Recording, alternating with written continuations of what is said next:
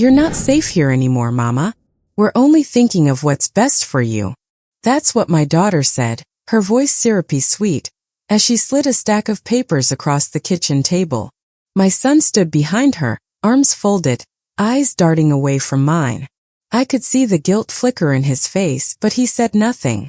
I looked down at the forms, admission paperwork for a nursing home I'd never heard of, with my name already filled in at the top. My hands trembled, but not from fear. I'd suspected something was wrong for weeks. Now I finally had proof. My name is Odessa Ruth Carter, and I'm 74 years old. I've lived in this house on Sycamore Lane for nearly 50 years. I raised my children here, buried my husband here, and built a life out of love, hard work, and faith. I never imagined the day would come when my own family would try to push me out of my home. But that day had arrived, and I was more ready than they could ever guess. It started small, as these things always do. My daughter, Patrice, began visiting more often, always with a worried look and a list of questions. Mama, did you remember to take your medicine? Mama, are you sure you turned off the stove? Mama, maybe you should let me handle your bills. First, I thought she was just being caring. But then she started bringing up the idea of downsizing, of moving somewhere with more help. My son Lionel was quieter about it, but I caught him more than once looking through my mail, checking my bank statements and whispering with Patrice in the hallway. I tried to brush it off. I told myself they were just concerned that maybe I was being paranoid. But then things started to go missing: my checkbook, my spare keys, even my favorite photo of my late husband, James. When I asked about them, Patrice would just smile and say, "You probably misplaced it, Mama. You know how forgetful you've been lately." That was the first time I felt the chill of fear. Not because I was losing things, but because I realized they were trying to make me doubt myself. Every time I questioned something, Patrice would sigh and give me that look, the one that said, "Poor Mama, she's slipping." Lionel would just nod along, never meeting my eyes. One night, I overheard them talking in the living room. I stood in the hallway, heart pounding, as Patrice whispered, "If we don't act soon, she's going to mess up the finances. The house is worth a fortune, and she can't keep up with it. We'll never get another chance like this." Lionel's voice was low, but I caught the words nursing home and power of attorney. I pressed my hand to my mouth, fighting back tears. My own children, plotting to send me away and take everything I'd worked for. But I wasn't about to let them win. I may be old, but I'm not helpless. I decided right then and there that if they wanted a fight, I'd give them one. The next morning, I called my best friend, Miss Loretta, who's been by my side since we were girls. I told her everything: my suspicions, the missing items, the conversation I'd overheard. Loretta didn't hesitate. "Odessa, you need to protect yourself. Start writing everything down. Keep a record. And don't sign a single thing without reading it first." I took her advice. I bought a little notebook and started jotting down every strange thing that happened. Every missing item, every odd conversation, every time Patrice or Lionel tried to get me to sign something. I hid the notebook in the flour canister, right where nobody but me would ever look. A week later, Patrice showed up with a social worker. "Mama, this is Ms. Jenkins.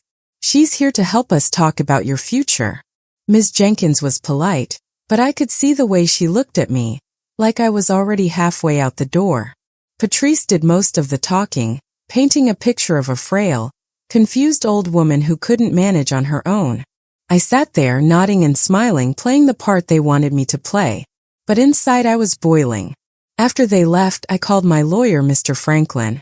I told him what was happening, and he promised to come by the next day. "Don't worry, Mrs. Carter," he said. "You have rights. They can't force you into anything." That night I couldn't sleep. I sat in the living room, staring at the family photos on the mantel, wondering how things had come to this.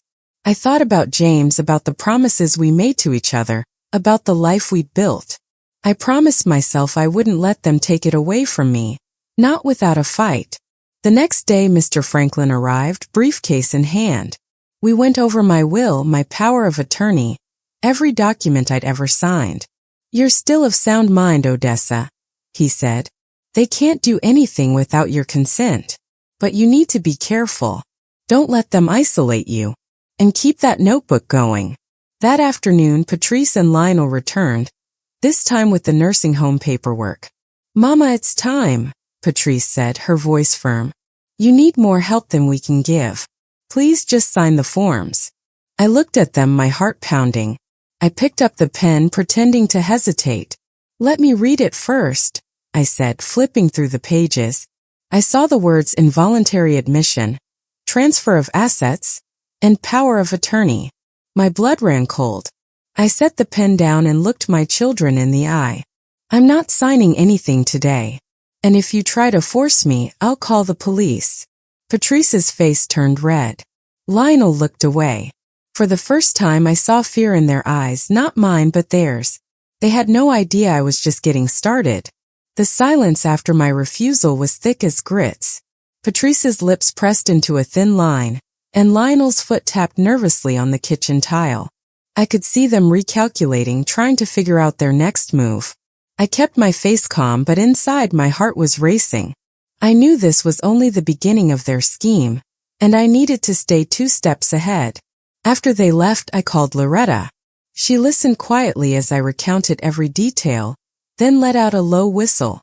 Girl, you're in the middle of a family ambush. But you're smarter than both of them put together. Don't let them see you sweat. That night, I double-checked the locks and hid my notebook in a new spot, inside an old coffee tin in the pantry. I started making copies of every important document I had. My will, the deed to the house, my bank statements. I put the originals in a small safe James had installed years ago, the combination known only to me. I even took photos of the documents and emailed them to Loretta, just in case. The next morning, I called my doctor and scheduled a full physical and cognitive assessment. I wanted proof on paper that I was of sound mind and body. Dr. Harris, who'd known me for decades, ran every test and filled out a report that said, in no uncertain terms, that Odessa Ruth Carter was sharp as a tack and perfectly capable of living on her own. I made 3 copies of that report and tucked one into my notebook, one into the safe, and gave one to Mr. Franklin. If they try to claim you're not competent, this will shut them down, he assured me. A few days later, Patrice returned, this time alone. She brought groceries and tried to act like everything was normal, but I could see the tension in her shoulders. She hovered while I put away the food, watching me like a hawk. Mama, you know we just want what's best for you, she said, her voice soft. It's not safe for you to be here by yourself. What if you fall? What if you forget to take your medicine? I turned to her, meeting her gaze. Patrice, I appreciate your concern, but I'm not helpless. I've taken care of myself and this house for a long time. I'm not ready to give that up. She sighed, frustration flickering across her face. You're being stubborn. Maybe so, I replied, but I've earned the right. That evening, I noticed my phone was missing from its usual spot. I searched the house, but it was nowhere to be found. I borrowed Loretta's phone to call it, but it went straight to voicemail. The next morning it reappeared on my nightstand, but the call log was wiped clean. I made a note in my notebook and changed the password on my phone. The next week, Lionel showed up with a man in a suit, a so-called elder care consultant named Mr. Grady. He smiled too much and spoke to me like I was a child. Mrs. Carter, your children are just worried about your well-being. Many seniors find that a nursing home offers community, safety, and peace of mind. I smiled right back, sweet as pie. Mr. Grady, I have all the community I need right here. And as for peace of mind, I sleep just fine in my own bed. He tried to hand me a brochure, but I didn't take it. Lionel looked embarrassed, but Mr. Grady pressed on. If you ever change your mind, we can arrange a tour. No pressure. After they left, I called Mr. Franklin and told him about the visit. They're trying to build a case, he warned. They want to show you're refusing help, that you're isolated or confused. Don't let them catch you off guard. I started inviting friends over more often, Loretta, Miss Ruth from church, even the neighbor's daughter who helped me with the garden. I made sure there were always witnesses, always someone who could vouch for my well-being. I kept my routine sharp, my house spotless, my mind busy with puzzles and books. One afternoon, I caught Patrice in my bedroom, rifling through my dresser drawers. She jumped when she saw me. "I was just looking for your insurance card," she stammered. "You said you needed a refill on your prescription." I didn't argue. I just watched her, letting the silence stretch. She left quickly, and I made another note in my notebook. The next day, I received a letter from the nursing home, an official invitation to move in, with a date already set for my admission. My hands shook as I read it, but I forced myself to stay calm. I called Mr. Franklin and faxed him a copy. "They're getting bold," he said, "but they're also getting sloppy. Keep everything." That night, I sat at the kitchen table, staring at the letter, the notebook, the stack of evidence I'd gathered. I realized I had enough to expose their plan, not just to my lawyer but to the whole family, maybe even the authorities if it came to that. I called Loretta. "It's time," I said. "I'm done playing defense. I'm going to show them I know exactly what they're up to." She laughed, her voice full of pride. "That's the Odessa I know. Let's turn the tables." I went to bed that night with a plan forming in my mind. I wasn't just going to protect myself. I was going to make sure they never tried this with anyone else again. The next morning, I woke up with a sense of purpose I hadn't felt in years. I brewed a strong pot of coffee, sat at the kitchen table, and started organizing every note, document, and piece of evidence I'd collected. I made a list of every suspicious thing Patrice and Lionel had done. Every time they tried to make me doubt myself, every attempt to get me to sign something I didn't understand. I stapled the doctor's report right on top, bold as brass. I called Mr. Franklin and asked him to come by that afternoon. "Bring your briefcase and your best suit," I told him. "We're going to have a little family meeting." He chuckled. "I like the sound of that, Mrs. Carter. I'll be there." Next, I called Patrice and Lionel. "I want you both here at 3 o'clock. There's something we need to discuss. And don't be late." Patrice tried to sound casual, but I could hear the nerves in her voice. "Is everything all right, Mama?" "Everything's just fine," I said, keeping my tone even. "But I have some things to say." By noon, I'd baked a fresh batch of cornbread and set out coffee cups in the living room. I wanted everything to look as normal as possible. But inside, I was ready for battle. At 3 sharp, Mr. Franklin arrived, briefcase in hand, his suit crisp and his eyes sharp. He greeted me with a warm smile, then sat at the end of the dining table, spreading out the documents I'd given him. A few minutes later, Patrice and Lionel walked in, both looking uneasy. "Thank you for coming," I said, motioning for them to sit. "We're going to clear the air today." Patrice glanced at Lionel, who shifted in his seat. "Mama, what's this about?" I looked them both in the eye. "It's about trust. It's about respect. And it's about the fact that I know exactly what you've been trying to do." Patrice's mouth opened, but I held up a hand. "Let me finish. I know about the missing checkbook, the phone calls to the nursing home, the visits from the so-called consultant. I know you've been trying to make me look confused, trying to get me to sign away my rights and my home." Lionel's face turned pale. Patrice tried to recover. "Mama, we were just worried." "Worried?" I cut her off. "Worried enough to go through my things? To lie to my face? To try to have me admitted to a nursing home against my will?" Mr. Franklin cleared his throat. "I've reviewed all of Mrs. Carter's documents, and I can assure you she is of sound mind and fully capable of making her own decisions. Any attempt to force her into a facility or take control of her assets without her consent is not only unethical, it's illegal." Patrice's eyes filled with tears. "We didn't mean to hurt you, Mama. We just thought. You thought you could take what wasn't yours," I said, my voice steady.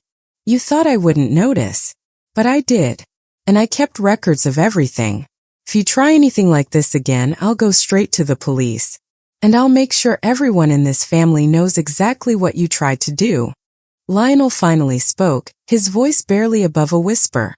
"We were scared, Mama. The house, the bills, it's a lot. We thought maybe you'd be better off somewhere with help." I softened just a little.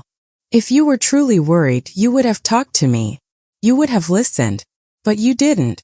You tried to trick me. And that's something I can't just forget." Mr. Franklin gathered the documents and handed them to Patrice and Lionel. You both need to understand that Mrs. Carter's wishes are legally protected. If you continue down this path, there will be consequences. The room was silent for a long moment. Finally, Patrice wiped her eyes. I'm sorry, Mama. I really am. I didn't know what else to do. I nodded, my heart heavy but resolute. You could have trusted me. You could have remembered that I'm still your mother, not a burden to be managed. Lionel stood, his shoulders slumped. We'll leave you be, Mama. We won't bother you about this again. I watched them go, a mix of relief and sadness washing over me. I knew things wouldn't be the same between us for a while, but I also knew I'd done what I had to do. After they left, Mr. Franklin stayed for a cup of coffee. You handled that with grace, Mrs. Carter. Not everyone could have stood up like you did. I smiled, feeling the weight lift from my shoulders.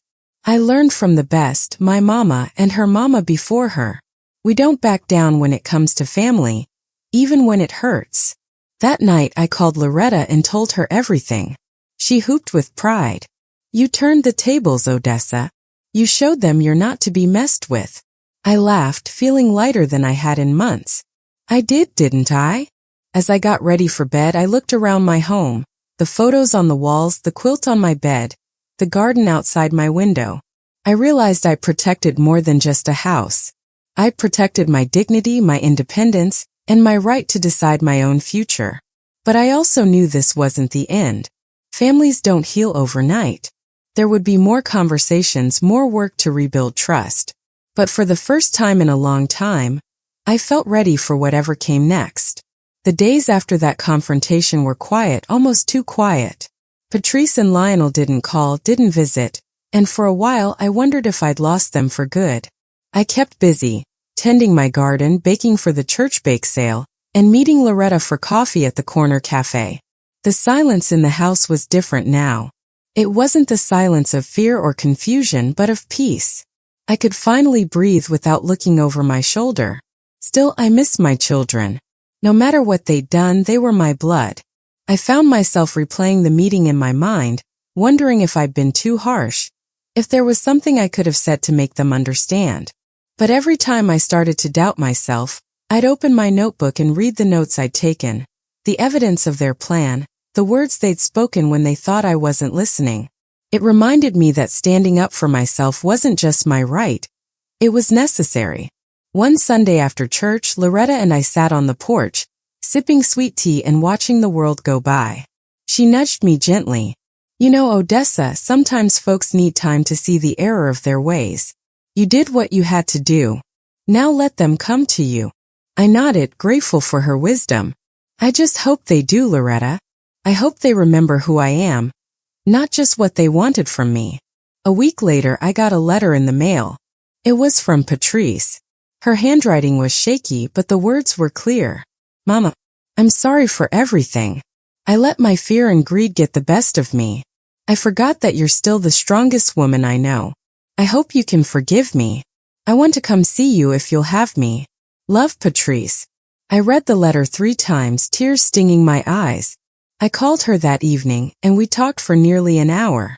She apologized again, this time with no excuses, no justifications.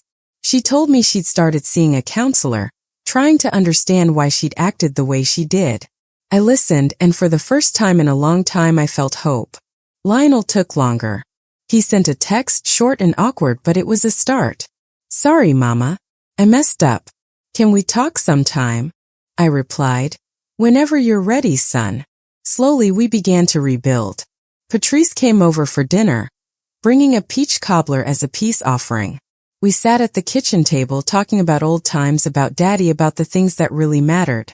She asked about the garden, about my friends, about the book club I joined at the library.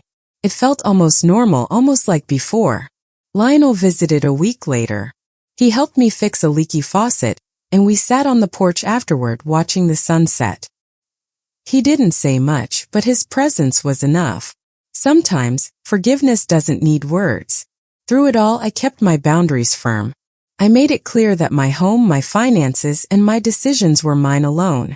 I showed them the doctor's report, the legal documents, the notebook I'd kept.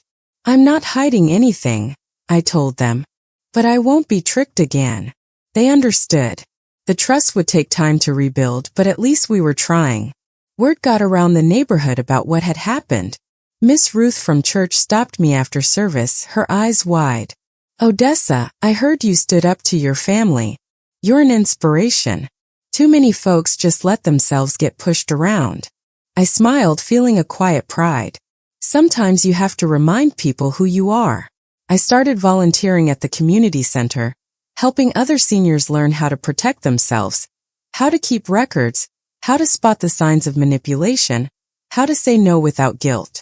I shared my story, not out of bitterness, but to help others find their own strength. One afternoon, a woman named Mrs. Johnson pulled me aside. My daughter's been trying to get me to sign over my house, she whispered. I didn't know what to do until I heard your story. Thank you. I hugged her, feeling the power of community, of women looking out for each other. You're not alone, I told her. We have to look out for ourselves, and for each other.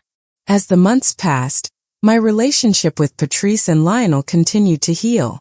We celebrated birthdays, holidays, and small victories together. There were still hard days, still moments of tension, but we faced them honestly without secrets or schemes. One evening, as we sat around the dinner table, Patrice reached for my hand. Mama, thank you for not giving up on us. I know we hurt you, but you showed us what real strength looks like. I squeezed her hand, my heart full.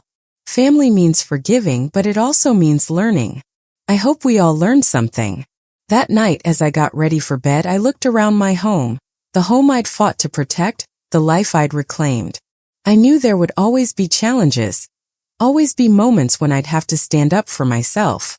But I also knew I wasn't alone. I had my family, my friends, and a community of women who'd found their voices. And I had myself, stronger, wiser, and more determined than ever to live life on my own terms. The holidays arrived, and for the first time in years, I felt a sense of true belonging in my own home. Patrice and Lionel came over with their children, filling the house with laughter, the smell of sweet potato pie, and the sound of old gospel records spinning on the turntable. We decorated the tree together, hung stockings on the mantel, and shared stories about Daddy. His corny jokes, his love for fishing, the way he'd always sneak an extra cookie when he thought nobody was looking. I watched my grandchildren chase each other through the living room, their faces bright with joy, and I realized how close I'd come to losing all of this. If I'd signed those papers, if I'd let fear or guilt make my decisions, I would have missed out on these moments, the ones that make life worth living. One evening, after everyone had gone home and the house was quiet again, I sat by the window, watching the snow fall softly outside. I thought about the journey I'd taken, the betrayal, the fight, the healing. I thought about the women I'd met at the community center, about the stories we'd shared, the strength we'd found in each other. A few days before New Year's, Loretta called. Odessa, the center wants you to speak at the next seniors workshop. They want you to tell your story. How you stood up for yourself, how you turned the tables. I hesitated, nerves fluttering in my stomach. You think anyone wants to hear about all that mess? She laughed. Girl, you have no idea how many folks are going through the same thing. You could help a lot of people.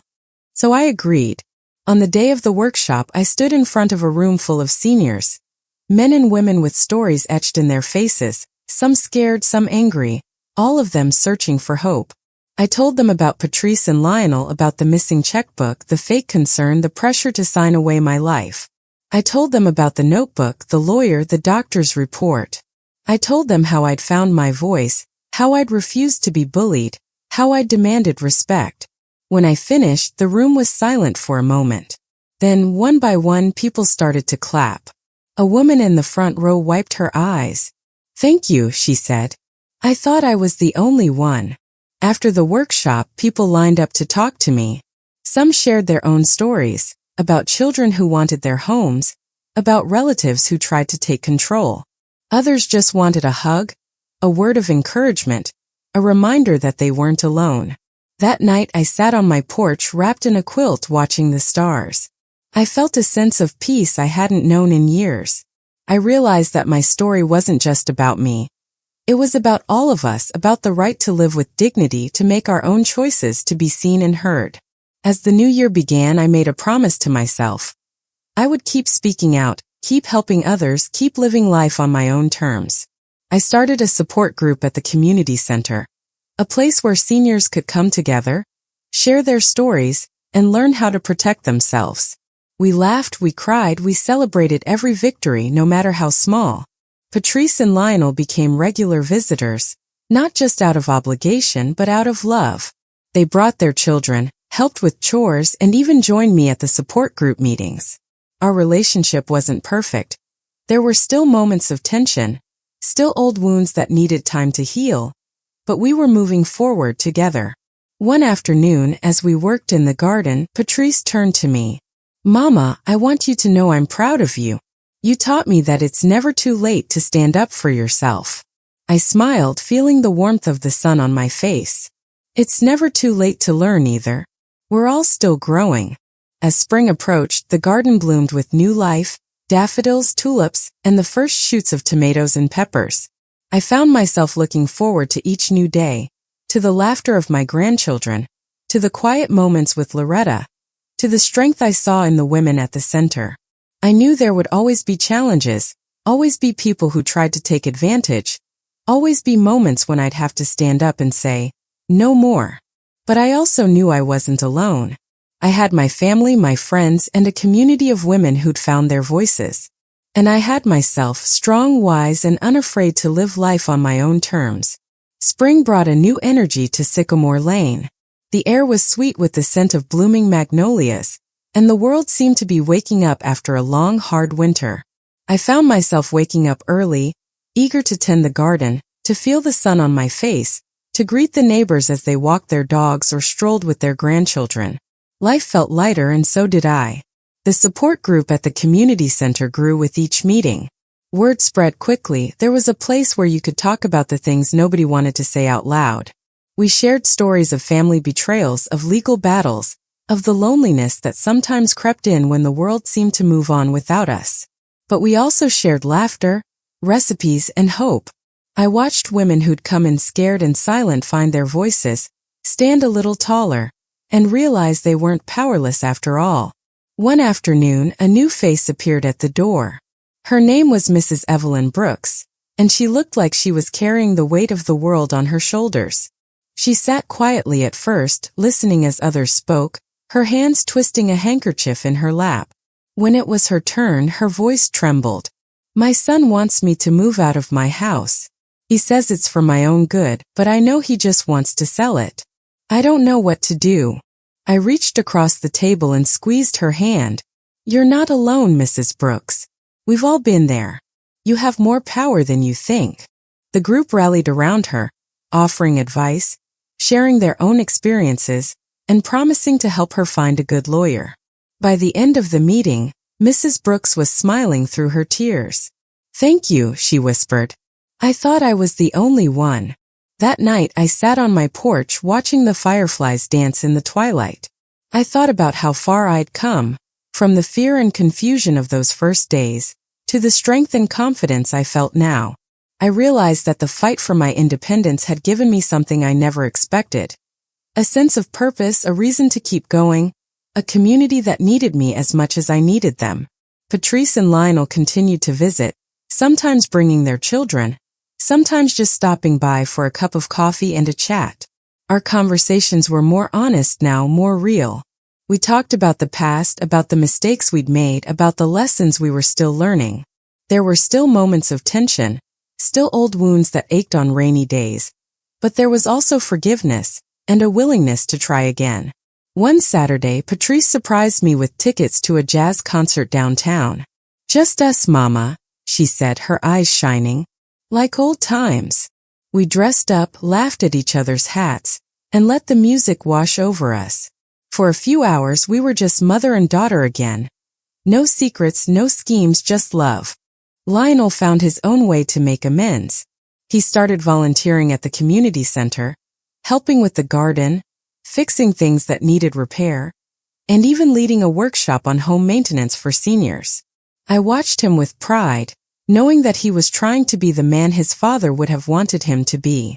As the weeks passed, I found myself looking forward to each new day. I started writing my story not just for myself, but for my grandchildren, so they would know the truth. Not just about what happened, but about the strength it takes to stand up for yourself, even when it's hard. One evening, as the sun set and the world grew quiet, I sat on the porch with Loretta. We sipped sweet tea and watched the stars blink to life. "You know, Odessa," she said, "you turned your pain into power. You helped a lot of people." I smiled, feeling the truth of her words. "I just did what I had to do, but I'm glad it made a difference." She nodded, her eyes soft. "That's all any of us can do." As summer approached, the garden flourished, the support group thrived, and my family found its way back to each other. I knew there would always be challenges, always be moments when I'd have to stand up and fight for what was right. But I also knew I was ready, because I'd learned that real strength isn't just about standing your ground. It's about reaching out, building community, and helping others find their own voices. Summer arrived in a blaze of sunlight and laughter. The garden was alive with color. Roses, zinnias, and sunflowers stretching tall and proud. My porch became a gathering place for neighbors, friends, and sometimes even strangers who'd heard about the support group and wanted to talk. I welcomed them all, pouring sweet tea and sharing slices of pound cake as we swapped stories and advice. The community center support group had become a lifeline for many. We celebrated victories together. Mrs. Brooks won her case and kept her house. Mr. Jenkins reconciled with his daughter, and Miss Ruth finally convinced her family to let her travel on her own terms. Each story was a reminder that standing up for yourself could change not just your life, but the lives of those around you. One afternoon, the local newspaper sent a reporter to the center. She wanted to write about the group, about the growing movement of seniors refusing to be pushed aside. She interviewed me on my porch, her notebook balanced on her knee. "What made you decide to fight back, Mrs. Carter?" she asked. I thought for a moment, watching the sunlight dance on the leaves. I realized that if I didn't stand up for myself, nobody else would. And I wanted my children and my grandchildren to know that you don't have to accept what isn't right, no matter how old you are. The article ran the next week, and suddenly people I'd never met were stopping me at the grocery store, at church, even at the post office. "You're Odessa Carter, right? I read about you. You're an inspiration." I smiled, a little embarrassed but proud. I hadn't set out to be a role model, but if my story could help even one person, it was worth it. Patrice and Lionel were proud too. They started telling their friends about the support group, encouraging others to join. Our family dinners became bigger, louder, and more joyful. The old wounds were still there, but they were healing, covered over by new memories and honest conversations. One evening, as we sat around the table after dinner, Lionel raised his glass. "To Mama," he said, his voice steady, "for teaching us what real courage looks like." Everyone clinked glasses, and I felt a warmth in my chest that had nothing to do with the summer heat. I looked at my family, my children, my grandchildren, even Loretta, who had become part of our tribe, and I knew I'd made the right choice. The support group continued to grow. We started a newsletter, sharing tips on legal rights, home safety, and how to spot the signs of financial abuse. We organized workshops, invited guest speakers, and even held a community picnic in the park. The laughter, the music, the sense of belonging. It was everything I'd hoped for and more. One day, a young woman named Jasmine came to the group. She was quiet at first, but when she finally spoke, her story was all too familiar. "My aunt's family is trying to put her in a home so they can sell her house. She's scared and doesn't know what to do."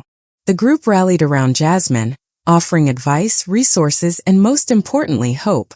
I met with her aunt, shared my own story, and helped her connect with a lawyer. A few weeks later, Jasmine returned with a smile. They backed off. "She's staying in her home."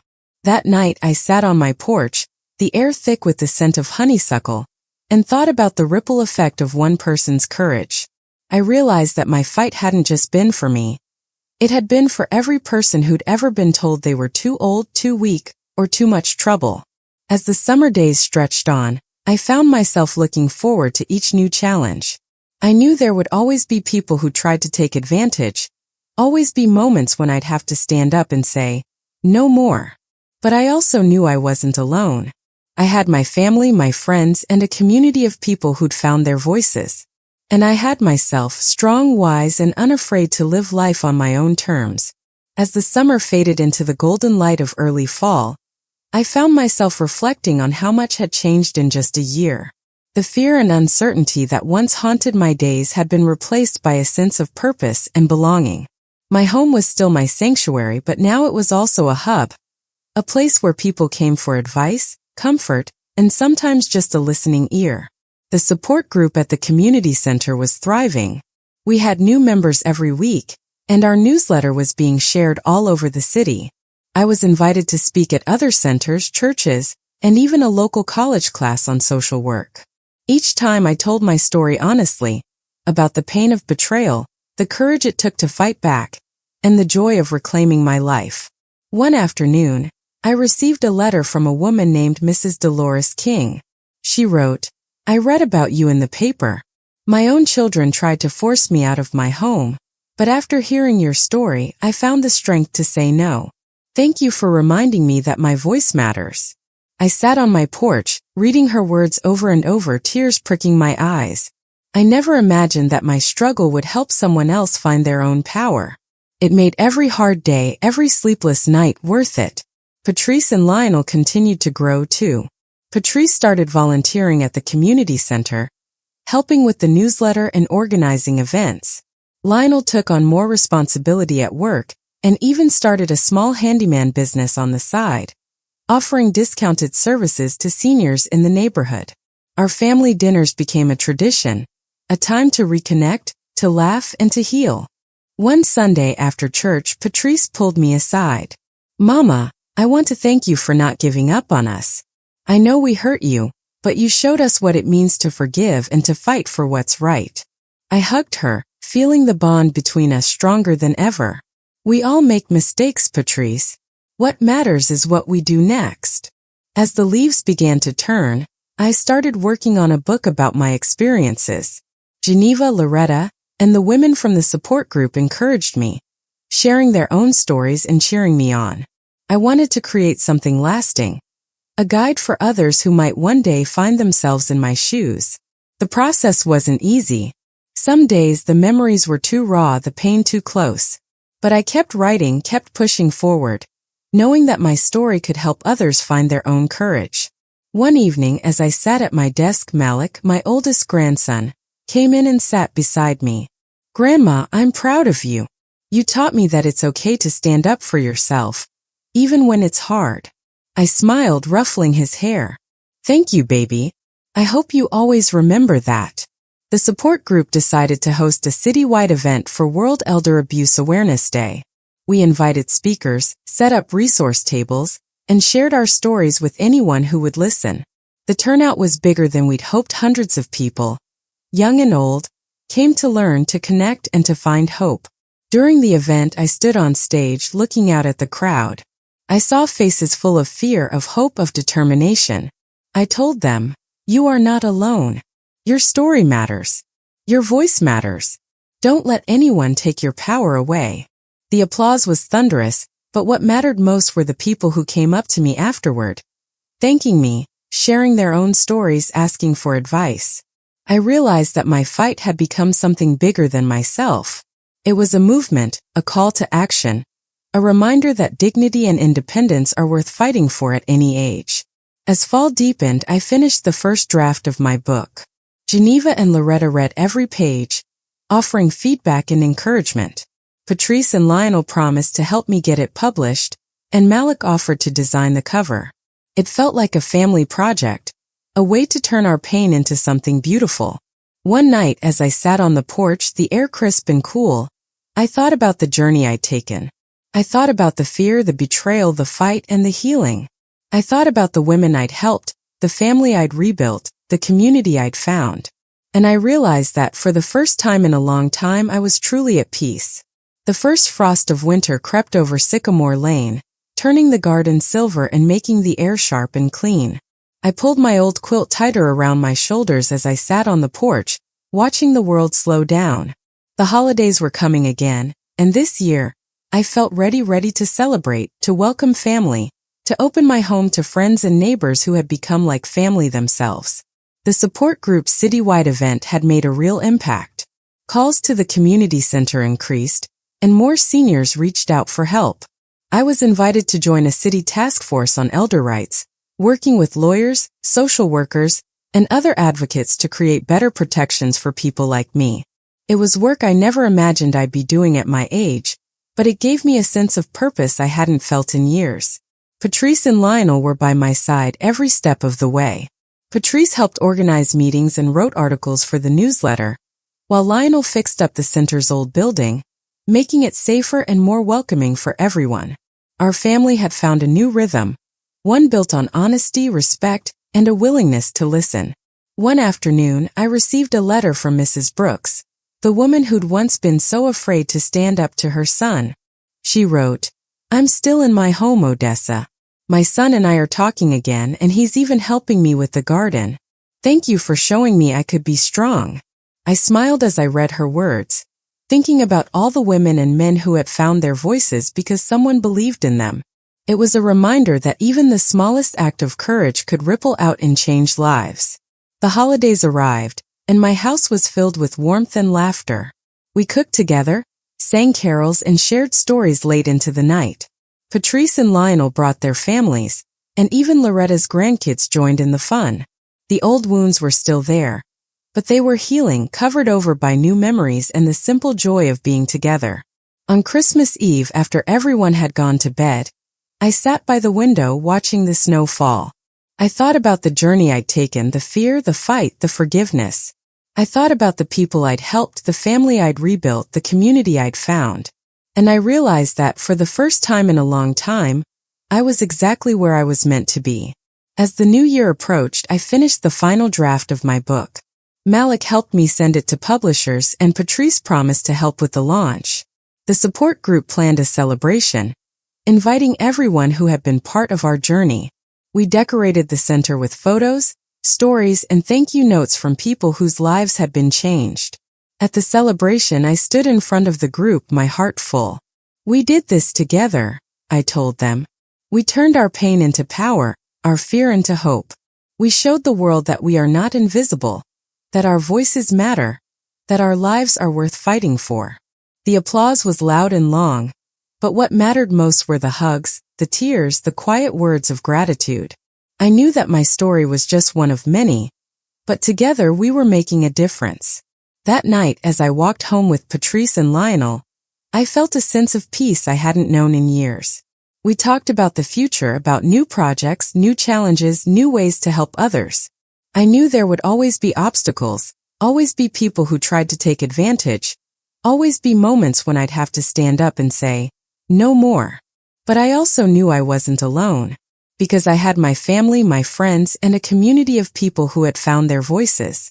The new year dawned bright and cold, sunlight glinting off the frosted rooftops of Sycamore Lane. I woke early, feeling a sense of anticipation I hadn't felt since I was a girl. There was something about a fresh start, about the promise of new beginnings, that made me want to open every window and let the crisp air sweep through the house. The first thing I did was call Loretta. "Happy New Year, old friend," I said, grinning into the phone. She laughed, her voice warm and familiar. "Happy New Year, Odessa. You ready for another year of raising a little hell?" I chuckled. "You know I am." We made plans to meet at the community center later that week. The support group was hosting a vision board workshop, and I'd promised to bring my famous lemon pound cake. I spent the morning baking, humming along to old soul records, the kitchen filled with the scent of sugar and citrus. At the center, the room buzzed with energy. Tables were covered in magazines, scissors, glue sticks, and poster boards. Women and men of all ages cut out pictures and words that spoke to their dreams: travel, health, family, adventure. I watched as Mrs. Brooks pasted a photo of a cruise ship onto her board, her eyes shining with excitement. "I'm going to see the world this year," she declared. I smiled, feeling a surge of pride. "You go, Mrs. Brooks. You've earned it. Patrice and Lionel arrived with their families, and together we created a board for our family. Photos of gardens, books, laughter, and a big bold word in the center, freedom. After the workshop, I sat with Loretta, sipping sweet tea and watching the group clean up. You ever think about how far we've come? She asked. All the time, I replied. I used to be scared of what the future might bring. Now I'm excited for it. She nodded, her eyes soft. You changed a lot of lives, Odessa, including your own. That night, back at home, I sat at my desk and opened a letter from a publisher. My heart pounded as I read the words. We would be honored to publish your book. I let out a whoop of joy, startling the cat and making myself laugh. I called Malik, Patrice, and Lionel, and we celebrated over the phone, making plans for a book launch party at the community center. The weeks that followed were a whirlwind of activity. I worked with the publisher on edits, chose a cover design with Malik's help, and wrote an acknowledgement page that thanked everyone who had stood by me, especially Loretta, Geneva, and the women of the support group. The day the first copies arrived, I held the book in my hands, the cover smooth and cool, my name printed in bold letters. I felt a sense of accomplishment I'd never known before. The book launch was a celebration like no other. The community center was packed with friends, family, and neighbors. There were flowers, balloons, and enough food to feed an army. I signed copies, posed for photos, and listened as people shared their own stories of struggle and triumph. During my speech, I looked out at the crowd and felt a lump rise in my throat. This book isn't just my story, I said. It's our story. It's about the power of standing up for yourself, of refusing to be silenced, of finding hope even when things seem impossible. If you take anything from these pages, let it be this. You are never too old, too tired, or too alone to fight for your life. The applause was thunderous, but what mattered most were the quiet moments afterward. The hugs, the whispered thank yous, the tears of relief and recognition. I knew then that my journey had come full circle. I had turned my pain into purpose, my fear into strength, my story into a beacon for others. As the months passed, the support group continued to grow. We started a podcast, sharing stories and advice with listeners all over the country. I was invited to speak at conferences, to consult on elder rights legislation, to mentor women who were just beginning their own fights for independence. Patrice and Lionel became my biggest supporters, always encouraging me to keep going, to keep speaking out. Our family was stronger than ever, bound not just by blood, but by the hard-won trust and respect we'd rebuilt. One evening, as I sat on the porch watching the sunset, Malik joined me. He was taller now, his voice deeper, but he still looked at me with the same love and admiration he always had. Grandma, do you ever regret standing up to Mama and Uncle Lionel? I shook my head, smiling. Not for a second. Sometimes the hardest things we do are the most important. I'd do it all again if I had to. He nodded, thoughtful. I hope I'm as brave as you when I grow up. I squeezed his hand, my heart full. You already are, baby. You already are. As the stars blinked to life above Sycamore Lane, I felt a sense of peace settle over me. I knew there would always be challenges, always be moments when I'd have to stand up and fight. But I also knew I was ready, because I had my family, my friends, and a community of people who had found their voices. And I had myself, unbreakable, unafraid, and finally truly free. The first warm breeze of spring drifted through my open window, carrying the scent of new grass and blooming flowers. I stood in my kitchen, sunlight spilling across the table, and looked at the framed photo of my family, smiling together, changed. It struck me how much had shifted in just a year. I had gone from nearly losing everything to building something stronger than I ever imagined. The support group's podcast was gaining listeners from all over the country. Every week we received messages from people who'd found the courage to speak up, to say no, to reclaim their lives. Some wrote about families who apologized and made amends. Others shared stories of heartbreak, but also of hope, of finding new friends, new communities, and new strength. One afternoon I sat on my porch with Loretta, sipping sweet tea and listening to the birds. She grinned at me, her eyes full of pride. You know, Odessa, you didn't just save yourself. You started a movement. I laughed, shaking my head. I just wanted to keep my home. I never thought it would go this far. She squeezed my hand. That's how real change starts. One person refusing to be pushed aside. As the days grew longer, I found myself reflecting on the journey. I thought about the fear I'd felt when Patrice and Lionel first tried to trick me, about the anger and sadness that followed, about the strength it took to stand up and say, no more. I thought about the women and men I'd met along the way, about the stories we'd shared, the victories we'd celebrated, the tears we'd wiped away together. I realized that the fight for dignity and independence never really ends. There will always be someone who thinks they know what's best for you, someone who tries to take what you've built. But there will also always be people willing to stand with you, to fight for you, to remind you that your life is yours to live. On the anniversary of that first confrontation, my family gathered at my house for dinner. We laughed, we argued, we remembered. Patrice raised her glass and said, "To Mama, for teaching us that love means respect, and that nobody gets to decide your future but you." I looked around the table at the faces I loved and felt a deep sense of peace. I knew there would still be hard days, still be moments when I'd have to stand up for myself. But I also knew I was never truly alone. As the evening faded and the house grew quiet, I sat by the window and watched the stars. I thought about all the people out there who might be facing the same struggle I did, who might be doubting themselves, feeling isolated or afraid to speak up. So I want to ask you, if your own family tried to make decisions for you, against your will, would you have the courage to stand up for yourself? Or would you let fear and guilt keep you silent? Share your thoughts and stories in the comments below. Your voice might be the encouragement someone else needs tonight. If this story inspired you, please subscribe to my channel for more true stories of strength, survival, and second chances. Don't forget to like, share, and turn on notifications so you never miss a new episode. And if you know someone who needs to hear this message, send it their way, because nobody should have to fight alone. Thank you for being part of this community. Together we are stronger, braver, and more powerful than anyone ever expected.